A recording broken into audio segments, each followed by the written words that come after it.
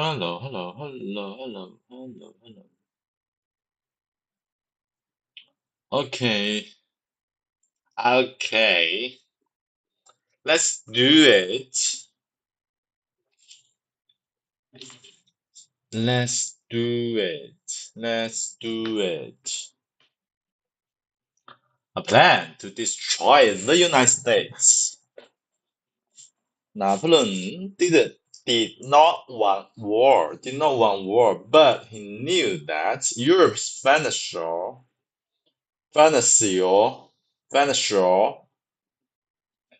rulers would not settle for peace unless, of course, they were forced into it by the defeat defeat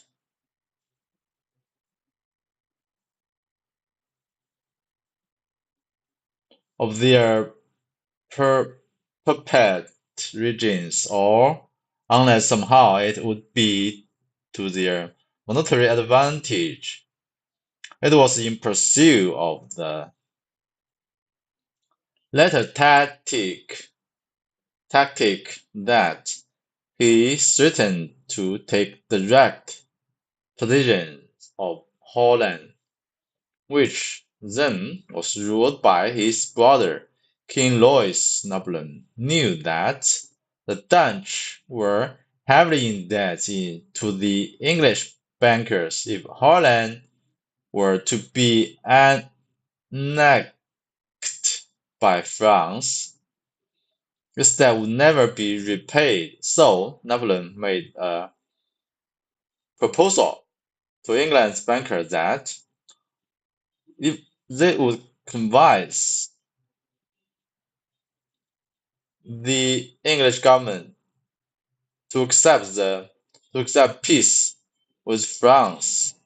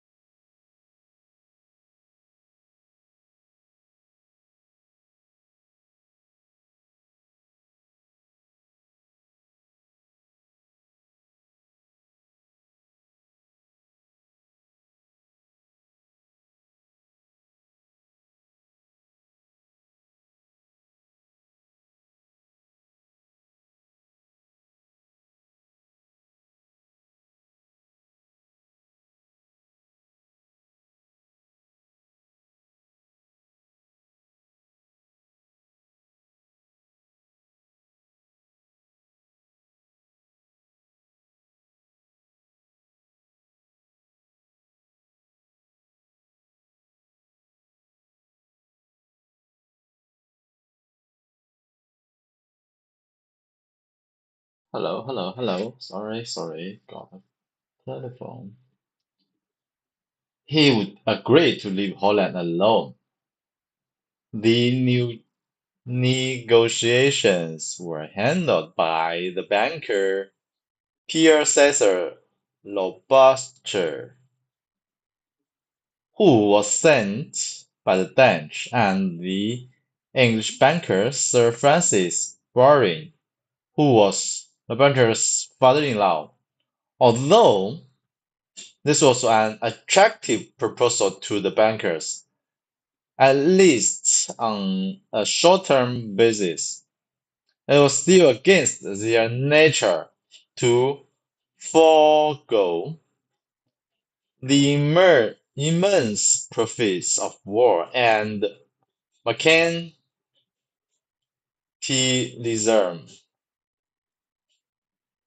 They revised the proposal, therefore, to include a plan whereby both England and France would combine forces to destroy the newly independent United States and bring at least half of it, the industrial half, back under the domination of England. The incredible plan conceived by Franz banker, conceived 创造，想出构思 conceived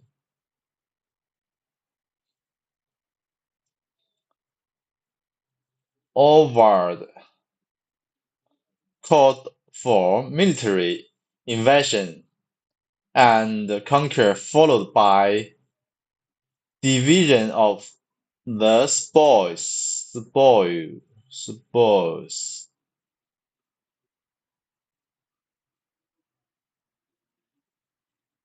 England would receive the Northeast States united with Canada, while the South States would fall to France. Napoleon was to be tempted by offering him the awesome title of King of America. McNeil Wilson tells us. The butcher wrote to Barry on March 21 and enclosed a note for British Foreign Secretary Wellesley, directed by Overt, which ran, "From a conqueror, he is becoming a preserver."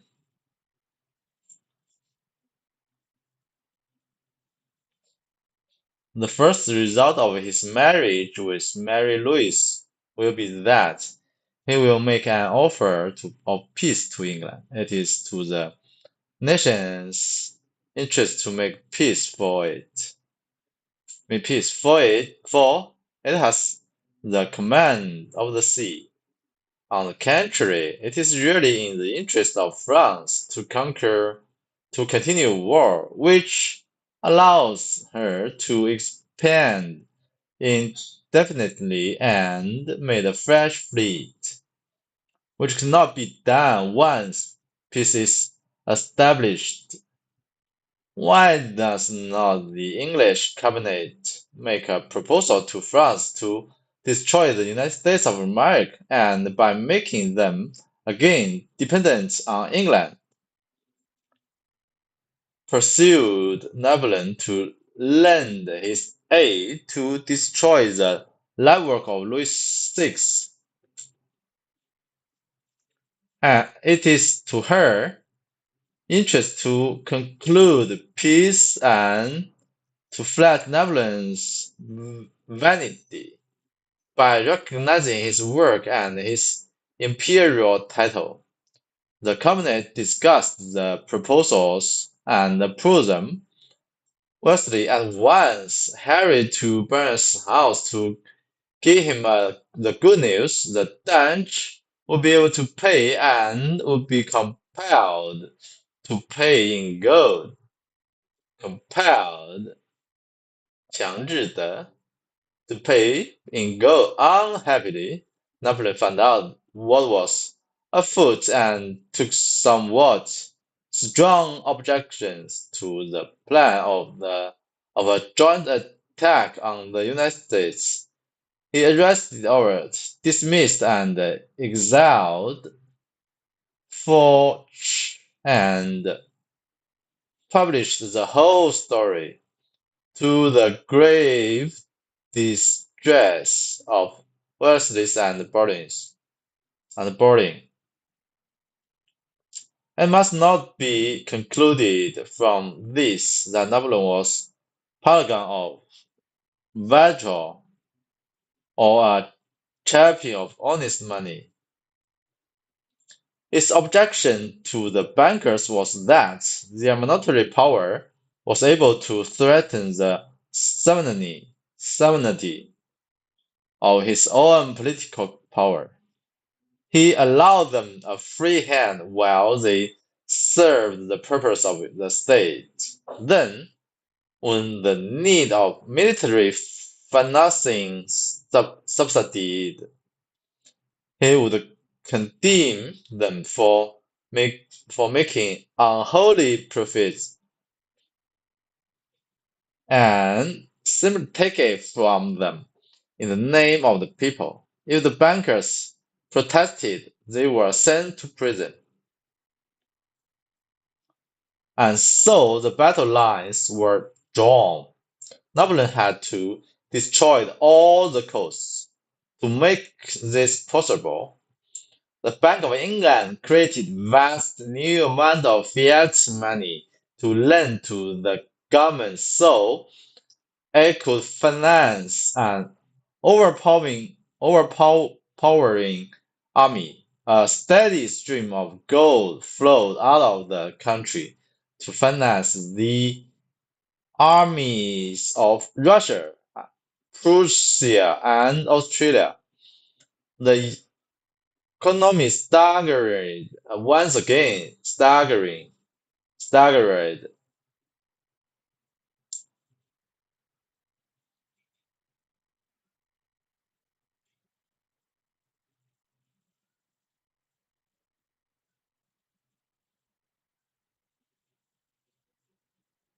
Once again under the load of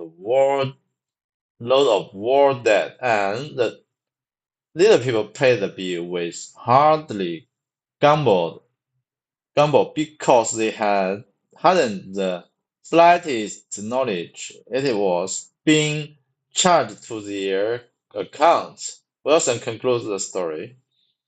The bankers won. Louis XVIII was restored by British arms and British diplomacy to the throne of his ancestor, ancestor, ancestor, 祖先 ancestor. Loans were placed at his disposal.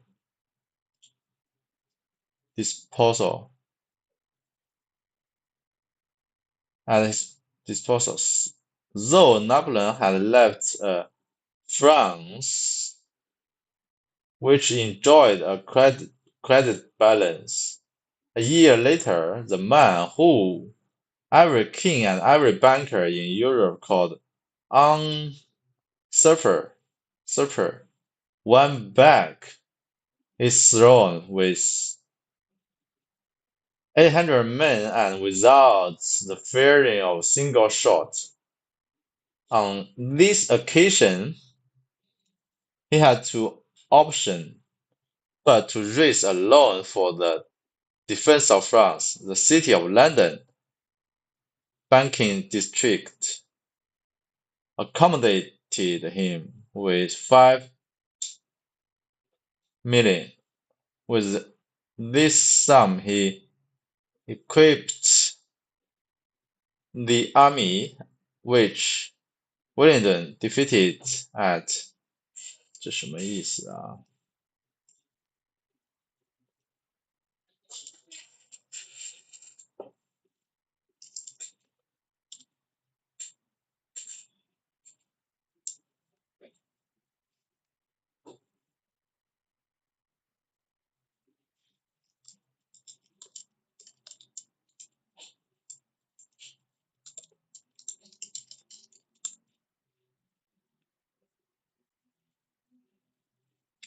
路易十八在英国的支持和外交被复辟为波旁王朝的国王。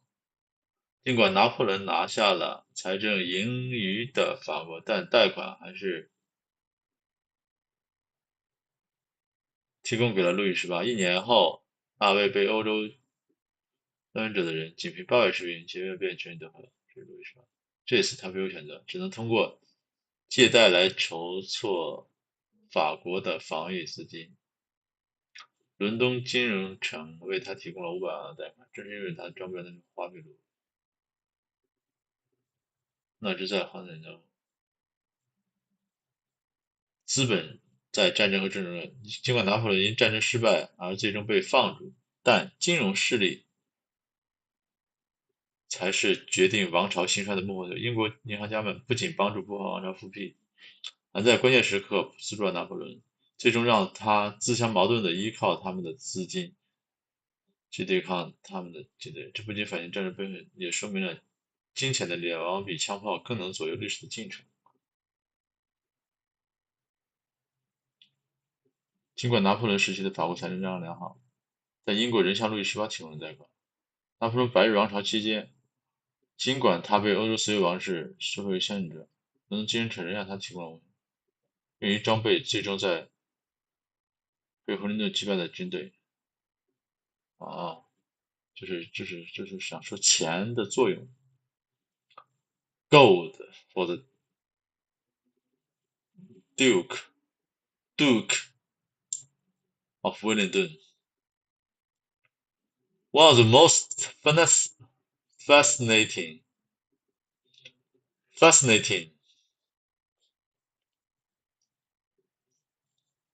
and revealing upside to the recorded by Rothschild biographers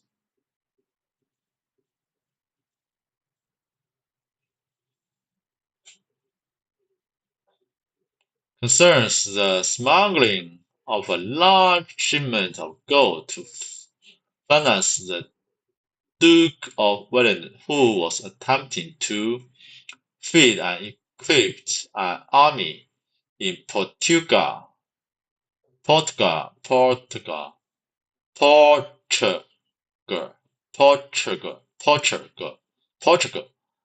and in the Pyrenees Mountains between Spain and France. Pyrenees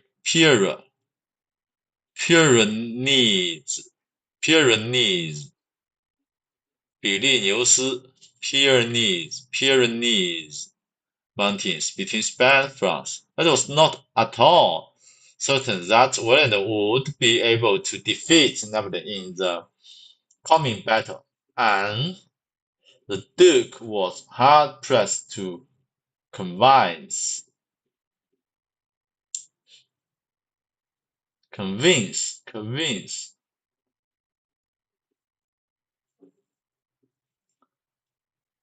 hard-pressed to convince bankers and merchants in Portugal and Spain to accept his written promises to pay, even though they were officially guaranteed by the British government. These notes were deeply discounted, and Wellington was desperate for gold coin. It was at the point that Nathan Rothschild offered the services of himself and his brothers with an efficient smuggling apparatus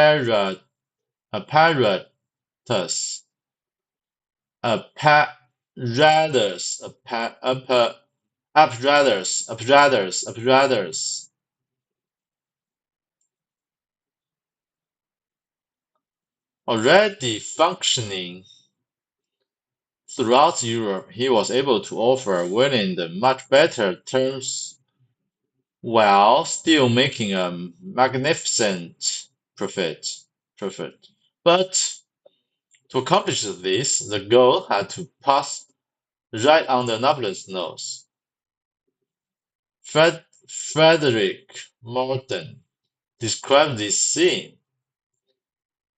This was only one way to route the cash through the very fronts England's army was fighting. Of course, the Rothschilds blocked the running machine already had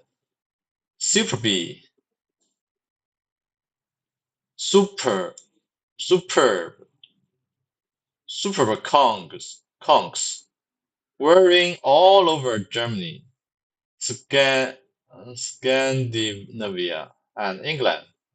even in Spain and southern France, but a very foxy new will was needed in Napoleon's capital itself.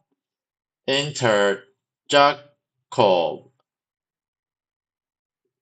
henceforth called James, henceforth the youngest mayor's son.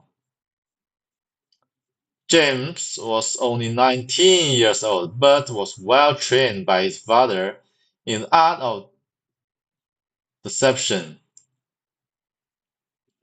He arrived in Paris with a dual mission. First, he was to provide the France authorities with a false report about the British gold movement, with just enough truth in it to sound convincing. He priced his government with falsified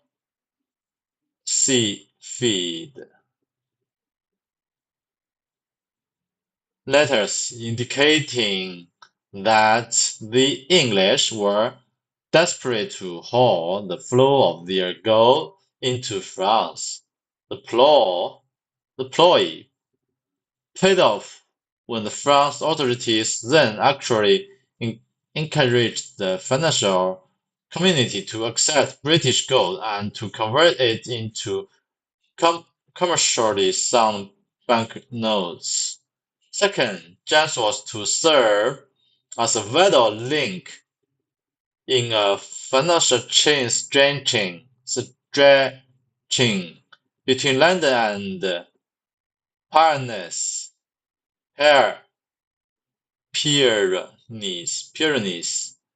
He was to coordinate the receipt of the gold into France, the conversion of that gold into Spanish banknotes, and the movement of those notes out of the country on their way to Wellington. All of this he did was with amazing dexterity, especially considering his youth. Morden conclude.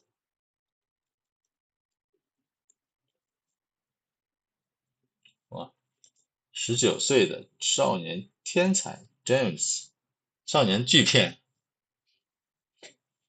他带着双重使命抵达巴黎。首先，他要向法国提供一份英国黄金流动的虚假报告，其中掺杂足够的真实信息，并且可信。他向政府提交了伪造的信件，信中暗示英国迫切希望阻止黄金流入法国。这一计谋奏效了，法国当局因此主动鼓励金融界接受英国的黄金，并将其兑换成具有商业性质的银行票据。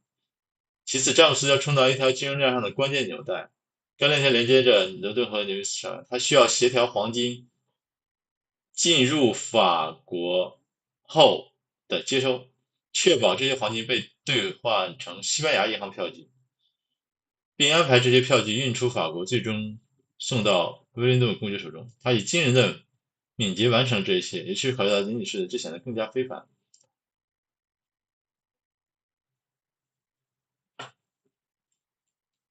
翻译成中文并注明翻译细节。Just only 19 years old, but was well trained by his father in the art of deception. He arrived in Paris with a dual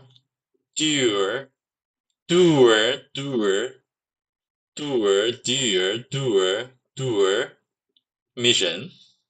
First, he was to provide the France authorities with a false report about the British gold movement, with just enough truth in it to sound convincing.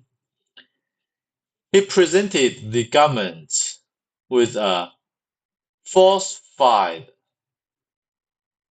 letters indicating that the English was desperate to halt the flow of their gold into France. The ploy paid off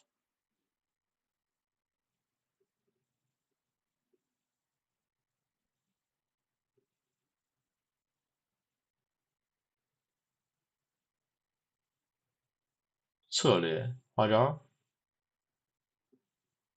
deploy paid off when the France authorities then actually encouraged the financial community to accept British gold and to convert it into commercially sound banks.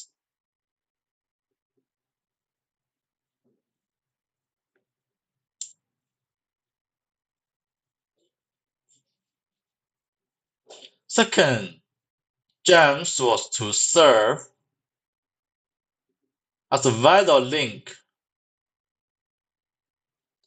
in a financial chain between London and the Pyrenees. Vital link, financial chain between. It was to coordinate the receipts of gold into France,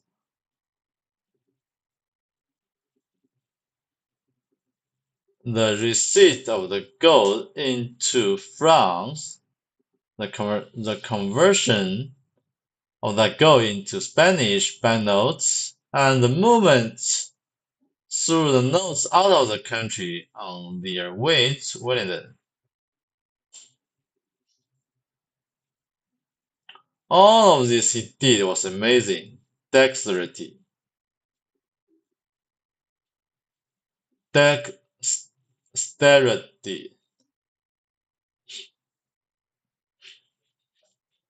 Dexterity, especially considering its use.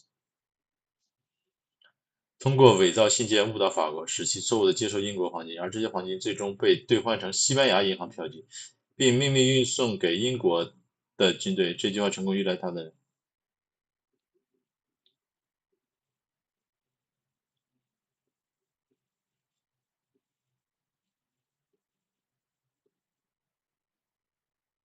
art of deception, art of deception,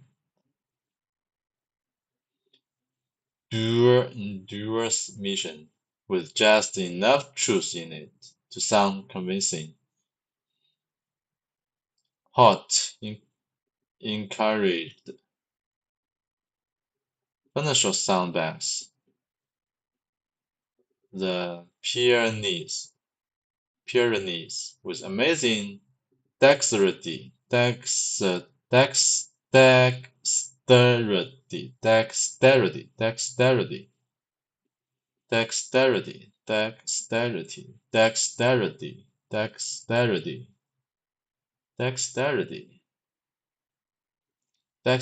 add something, in something, doing something.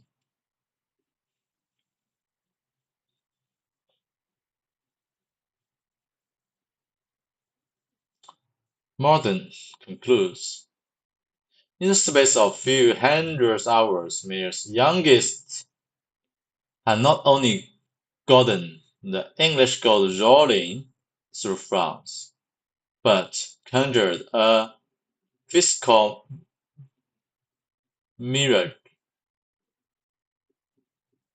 Fiscal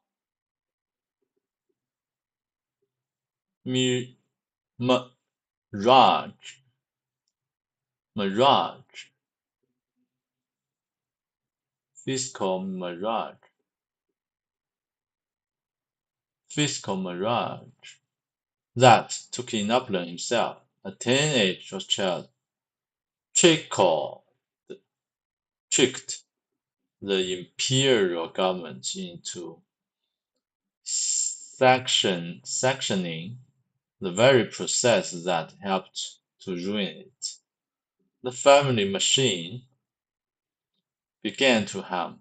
Nathan sent big shipments of British guineas,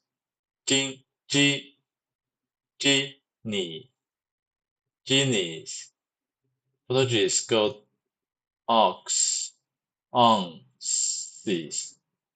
ounces, France, Napoleon's store, or mint in London, across the Channel.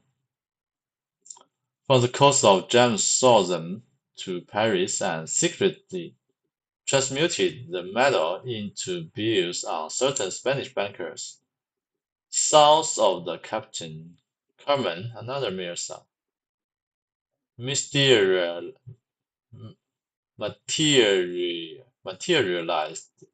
took over the bills, blurred into a thousand shadowed canyons, canyons along the Pyrenees, and reappeared with William's receipts in hand.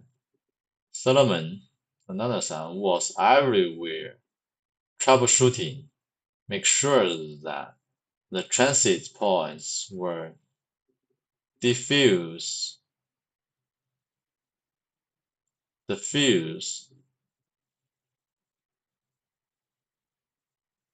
Transit points were diffused and obscure enough not to disturb either the French solution or the British Guinness rate.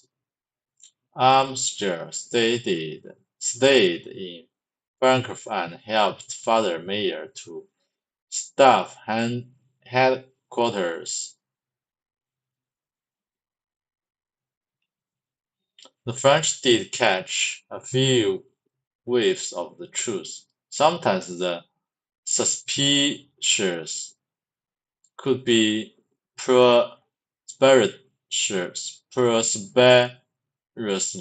purged of their suspicion. The police chief of colors, for example, suddenly was able to live in such distracting luxury that he found it difficult to patrol the shoreline thoroughly, while Napoleon struggled his might away in the Russian winter. There passed through France itself a gold vein to the army starving in Empire Spectre.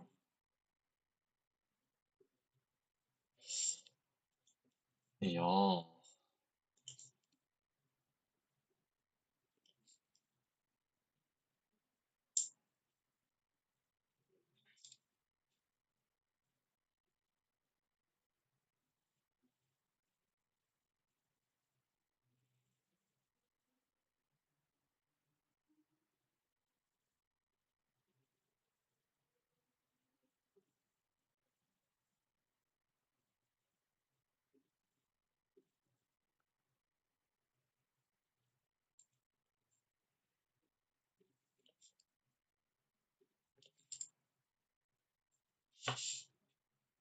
当他们在俄罗斯航天中运上一股黄金，正确流向那支正在帝国后门发起围攻的部队。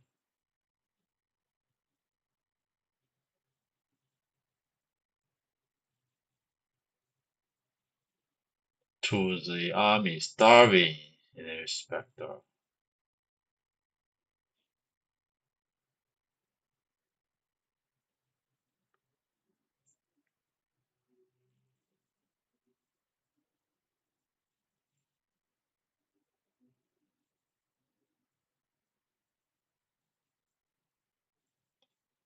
At a dinner party in later years,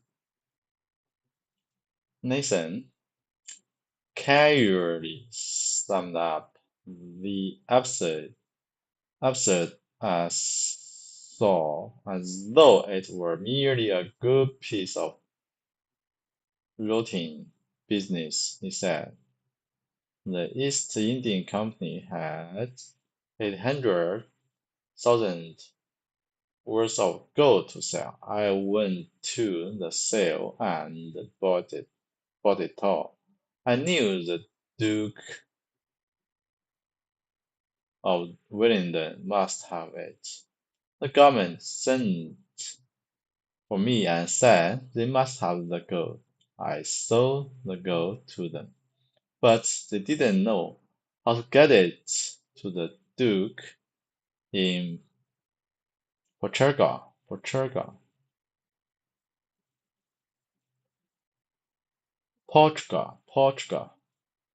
I undertook all that and sent it through France. It was the best business I had ever done. The bed of Water Waterloo, 滑铁卢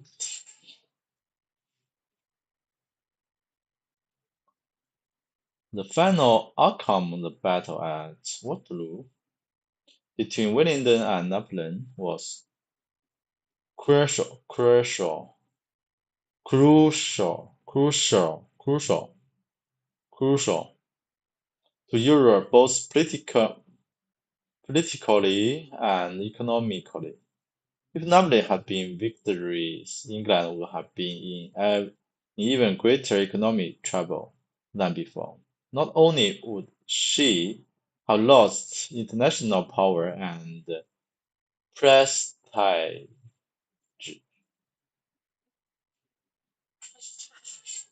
prestige, prestige,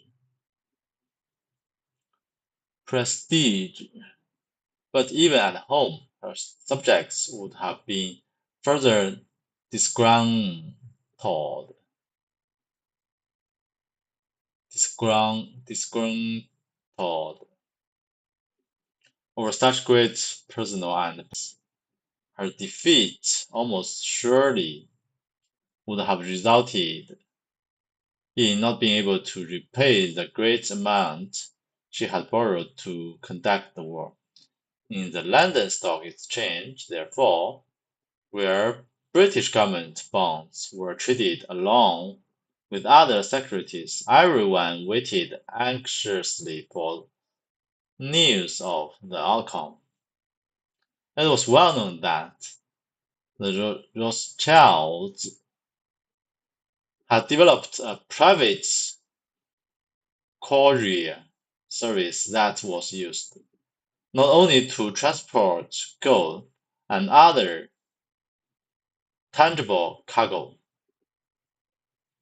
but to rapidly remove information that could be useful in making investment decisions. It was accepted, therefore, that Nathan in London would be the first to know the name of the victor after the cannon smoke had cleared from the battlefield, and they were not to be disappointed. The first news of Wellington's victory arrived in Brussels around midnight on the June 18, 1815, where a Rothschild agent named Roseworth was waiting in readiness.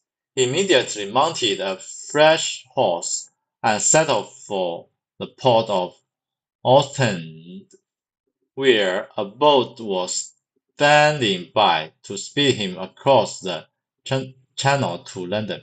In the early hours of the exhausted messenger was pounding on Nelson's door, a fully 24 hours before Wellington's own courier, Mayor Henry Pence, arrived. At least one friendly biographer claims that Nelson's first act was to deliver the news to Prime Minister, but that government officials were hesitant at first to believe it because it ran contrary to report they did receive previous telling of serious British setbacks. At any rate, there is no doubt that Nelson's second act of the morning was to settle for the stock exchange to take up a position of his usual pillar.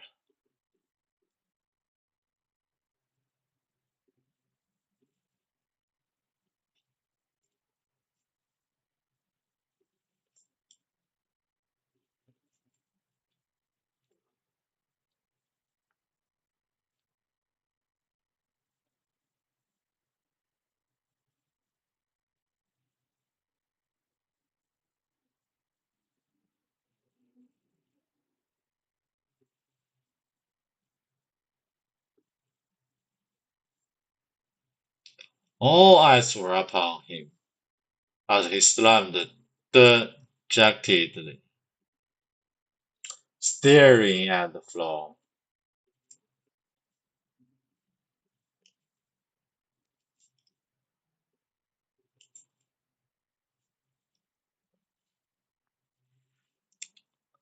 Then he raised his gaze and, with pained expression, began to say, the whisper went through the crowded room. Nathan is selling. Nathan is selling. Willingdon must have lost. Our government bonds will never be repaid. Sell them now. Sell, sell. Prices timed, and Nathan sell again. Prices plumbed, and still Nathan sold. Finally, prices collapsed altogether, and in one quick move, Nathan reversed his course and purchased the entire market in government bonds. In a matter of just a few hours, he had acquired the domination holding of England's entire debt at but a tiny fraction of its worth. At but a tiny fraction of its worth.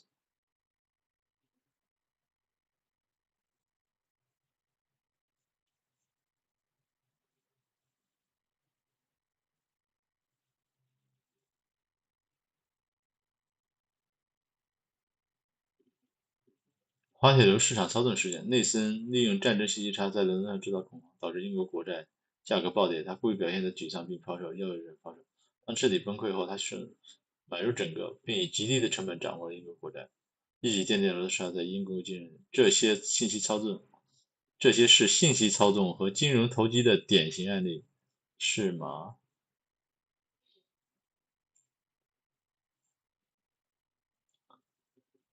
？Sadly, Benjamin Disraeli, the Prime Minister of England, wrote a book in 1844 called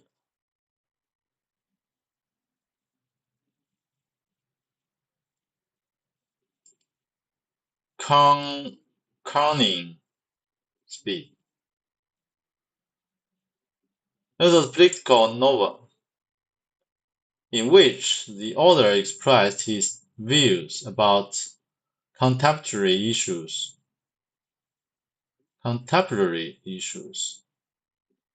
One of the strong characters in the book was a financier named Sidney, but every detail of Sidney's action was an exact replica of the real Lord Rothschild, whom Dickens greatly admired.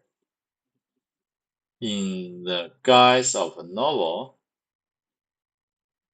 we read about Rothschild's emigration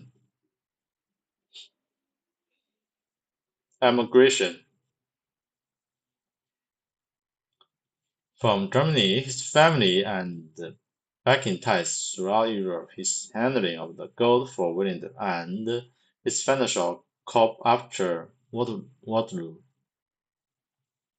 Then Dickens wrote, Europe did require money, and Sergei was ready to lend it to Europe.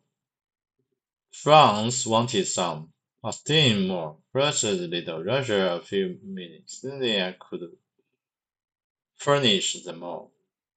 It's not difficult to conceive that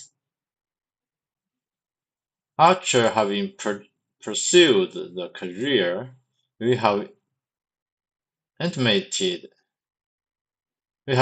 for about 10 years, Sydney had become one of the most considerable personages in Europe. He had established a brother or a near relation in whom he could confide in most PF, the principal capitals. He was lord and master of the money market of the world, and of course, virtually lord of and master of everything else. He literally held the revenues of southern Italy in palm, and monarchs and ministers of all countries counted his advice and were guided by his suggestions. That history was not exaggerating was made clearly by the boat of James Roosevelt himself. When U.S. Treasury agents approached him in Paris in 1842 with a request for a loan to the American government, he said to them, "You have seen the man who is at the head of financial of Europe. There have always been men who were in a position to make private fortunes out of cooperating with both sides in a war. The Rothschilds were not unique in this, but they no doubt perfected the art and became the personification of that breed."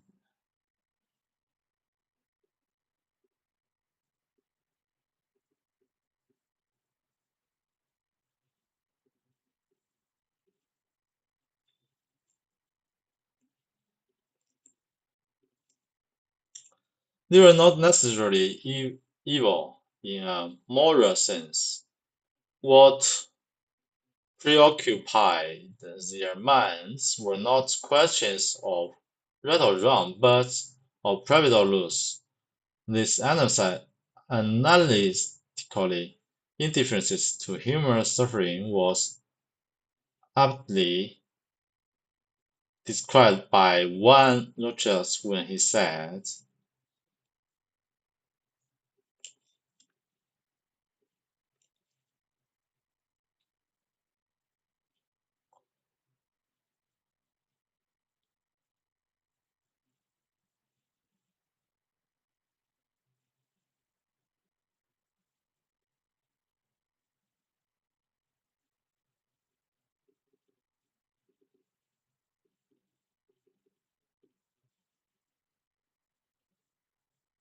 "When the streets of Paris are running with blood, I buy.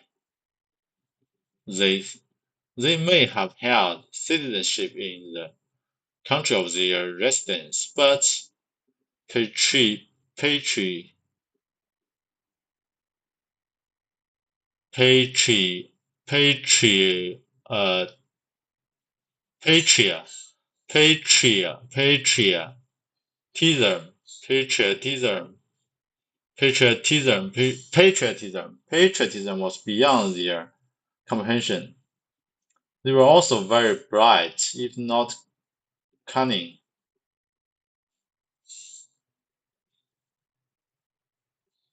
and these combined traits made them the role model of the cool pragmatists,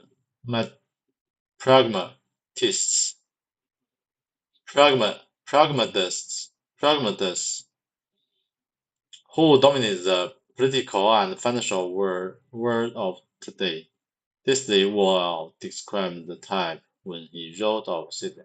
He was a man without affections.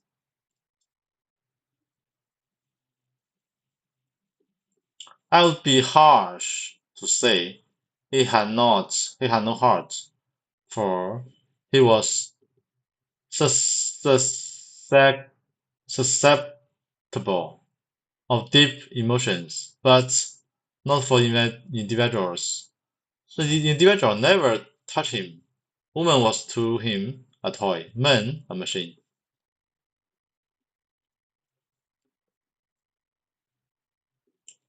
他是一个不受外界影响的人，没有感情的人。affections.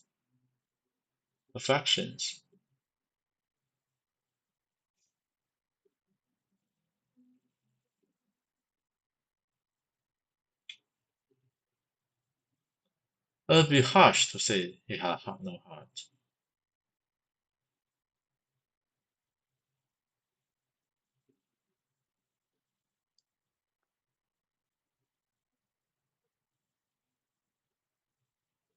For he was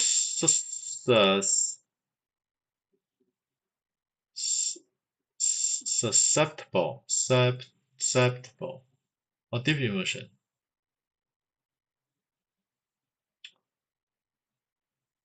Of deep emotions, but not for individuals. The individual never touched him. Almost a toy, man to machine. 冷漠而功利的强权，他并非没有感情，而是他不是在个人身上。他对人缺乏同理心，把女人当玩玩，而且以效率和目的性为导向。极具野心的政治家、金融家和军事领袖，为美而忽视个体美人。He was a man without affections. It would be harsh to say he had no heart. For he was susceptible of deep emotions. Susceptible. Susceptible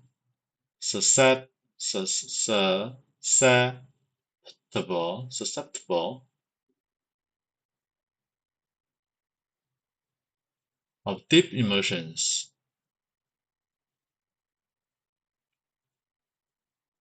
But not for individuals.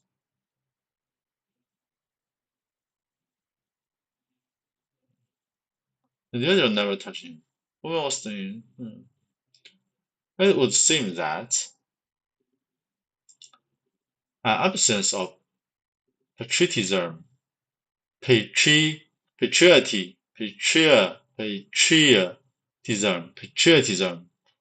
and a cold analytical outlook would lead financiers to avoid making loans to governments, particularly foreign ones.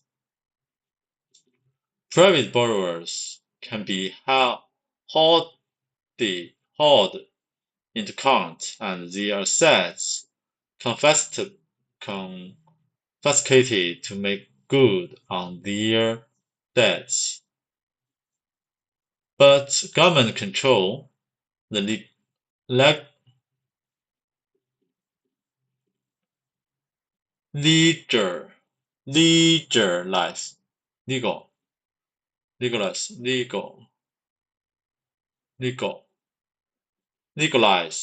legalize use of force. They are the cons. They are the police who will seize their assets. The answer is another government. Who will seize their assets? The answer is another government. Speaking of the relative modern example of this principle, Ron Chumnall explained. The new alieners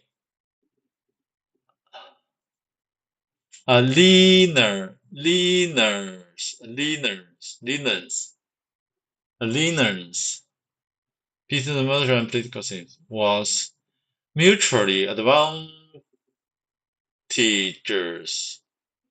We really wanted to harness the new financial power to coerce foreign governments into opening their markets to American goods and adopting pro-American policies.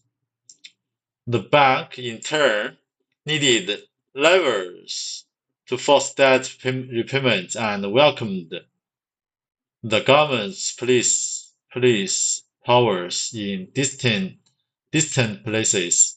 The threat of military intervention was an excellent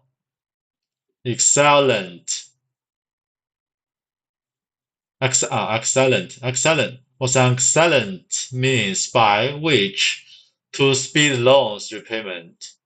When common law considered a loan to the Dominican Republic, backed by customers' receipts, Jack Bosco inquired of his London associate Sir Ernest Carter. If they do not pay, who will collect these customs duties? Carter replied. Your marines and ours. One of the great puzzles of history is why governments always go into debt and seldom attempt to put themselves on a pay-as-you-go basis. A partial answer is that the king and the politicians lack the courage to tax their subjects. The enormous sums that would be required under such an arrangement. There is also the deeper questions of why expenditure are so high in the first place. Given the monopoly of the world's financial lords of masters, as Desert describes him, it is conceivable that a coldly calculated strategy has been developed over the years to ensure this result. In fact, the historical evidence strongly suggests that just such a plan was developed in 18th centuries Europe and perfected in 20th century America for the purpose of hypothetical analysis. Let us identity of the strategy as Roche's formula.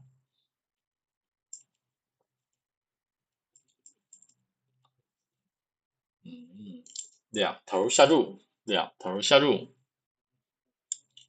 为什么各国政府整治而很少尝试实行量入为出的财政？Others go into debt and seldom attempt to put themselves on a pay-as-you-go basis.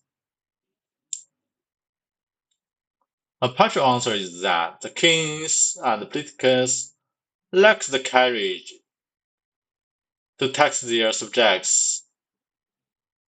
The inner sum of that would be required under such an arrangement. 缺乏勇气向臣民征收如此庞大的税款。Lack of the courage to tax their subjects, the enormous sums not be regarded under such an arrangement. 以支撑这种财政方式。此外，还有更深层次的问题。There's also a deeper question of why the expenditure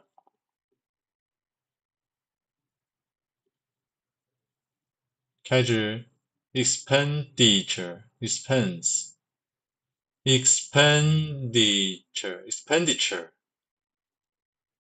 why is expenditure so high in the first place?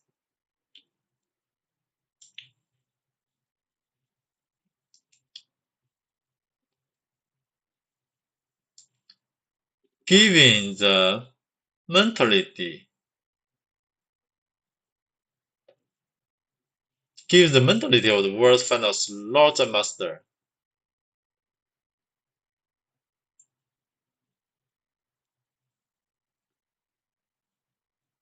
As this really describes them, it's conceivable that 我们可以得出什么呢 ？That a coldly calculated strategy has been developed over the years to ensure this result.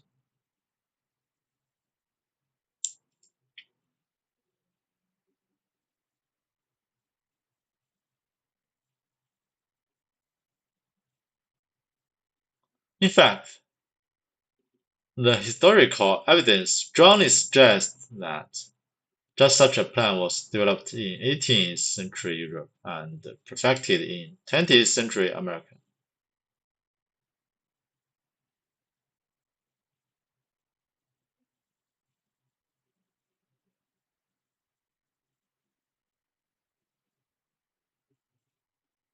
For the purpose of hypothetical analysis,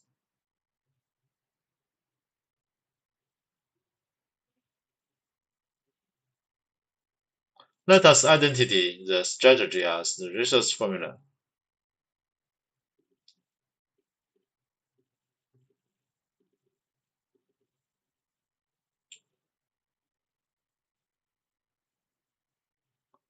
Let us identify the strategy as research formula.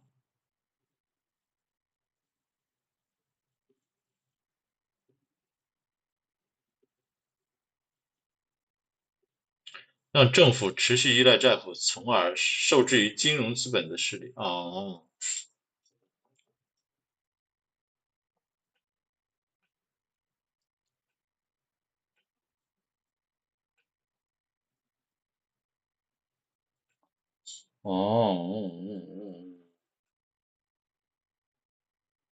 好了，知道了。天呐，好了。That's all for today. Tomorrow. 237，229，229。好，明天我们读一下这个 Rothschild formula。通过战争让政府举债，然后依赖金融家，这是一个长期的一个策略，好，明天我们读一下，看看能不能对什么事件，对俄乌战争进行一个反思，对俄乌战争进行一个分析。Okay, I think that's all for today. Let's wrap it up today. Thank you. Goodbye. See you tomorrow.